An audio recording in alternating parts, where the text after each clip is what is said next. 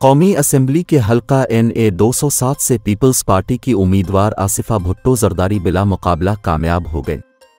आसिफा भुट्टो जरदारी सदर आसिफ जरदारी और साबिक वजीर आज़म बेनज़ीर भुट्टो की साहिबजादी हैं।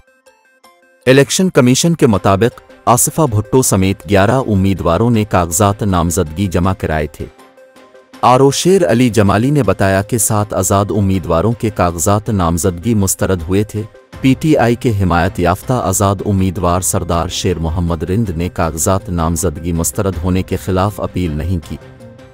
सरदार शेर मोहम्मद रिंद आम इंतखाबात में आसिफ अली जरदारी के मुकाबले में दूसरे नंबर पर थे। बाकी 3 उम्मीदवारों की जानिब से कागजात नामजदगी वापस लिए जाने के बाद अब NA 207 पर आसिफा भुट्टो जरदारी बिला मुकाबला कामयाब करार पाई है। ख्याल रहे कि कौमी असम्बली के हल्का NA 207 नवाबशाह से आसिफ जरदारी कामयाब हुए थे, ताहम सदर ममलकत मुंतखब होने के बाद उनकी नशिस्त खाली हुई थी।